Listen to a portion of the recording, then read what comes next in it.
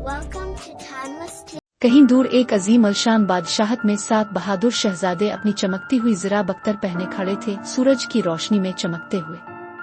मगर उनकी किस्मत ने अचानक पलटा खाया जब एक पुरअसरार परी ने उन पर एक जबरदस्त जादुई लानत डाल दी। पलक झपकते ही वो 7 छोटे सब्ज बोने बन गए, उनकी हीरोई शक्लें हमेशा के लिए खो गईं। दूसरी तरफ एक जादुई जंगल में स्नो वाइट भटक रही थी, बुलंद और बाला दरख्तों और चमकते जुगनुओं के दरमियान। कोहर उसके कदमों में लिपटी हुई थी जब अचानक इसे एक छोटा सा लकड़ी का झोंपड़ा नजर आया, जहां खिड़कियों से मध्यम रोशनी झांक रही थी। अंदर जाने पर इसने 7 बौनों को हैरानी और ताज्जुब से इसे घूरते पाया। उनमें से एक मर्लिन, जो उनका रहनुमा था, स्नो वाइट को देखकर शर्मा गया, जैसे इसके दिल में कोई नया एहसास जाग उठा हो। कुछ देर बाद स्नो वाइट एक आईने के सामने खड़ी थी, इसकी सादा सी लिबास हुआ में लहरा रही थी। वो अपने अक्स को छूती शक और बेयकीनी उसकी आंखों में झलक रही थी। क्या वो वाकई खूबसूरत थी? इसी लम्हे इसकी नजर एक पुरअसरार चमकते हुए सुर्ख जूतों पर पड़ी, जो फर्श पर रखे जादुई तवानाई खारिज कर रहे थे। झिझकते हुए मगर मुतजस्सिस होकर इसने जूते उठाए और पहन लिए। फौरन ही एक जबरदस्त जादुई रोशनी उसके जिस्म में बहने लगी। इसका जिस्म चमकने लगा और फिर आहिस्ता आहिस्ता बदलने लगा। वो एक दुबली पुतली रिवायती मानों में खूबसूरत लड़की में तब्दील हो गई। इसने चौंक कर अपने अक्स की तरफ देखा, इसकी आंखें हैरत से खिली की खिली रह गईं। क्या ये वाकई वही थी?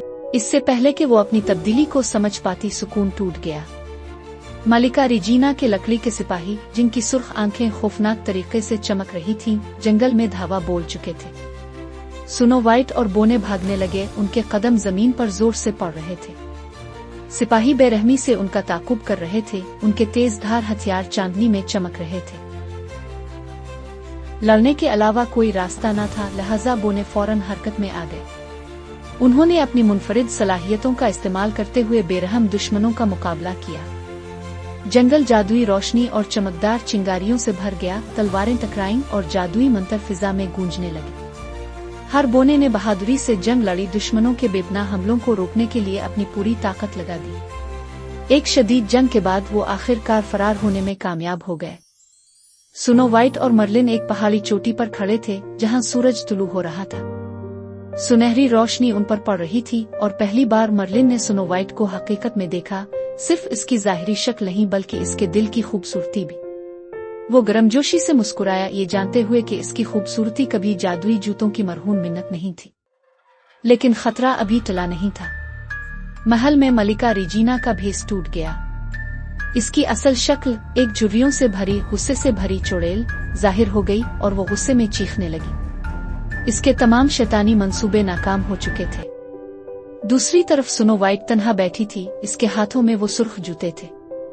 वो गहरी सोच में पड़ गई, ये जूते नेमत थे आलानत। इसने मर्लिन की तरफ देखा, जिसकी आंखों में सिर्फ खुलूस और गर्मजोशी थी। एक गहरी सांस लेते हुए इसने अपना फैसला कर लिया। इसने जूते छोड़ दिए। जैसे ही जूते पहाड़ की चोटी से नीचे गिरे, जादू टूट गया। वो अपनी असल हालत में वापस आ गई, खूबसूरत लेकिन जादू की वजह से नहीं, बल्कि इसलिए कि वो अपनी असल खुदी को कबूल कर चुकी थी। और जब वो अपने दोस्तों के साथ खड़ी हुई, इसने महसूस किया यही इसकी हकीकी खुशी थी। Ring that bell.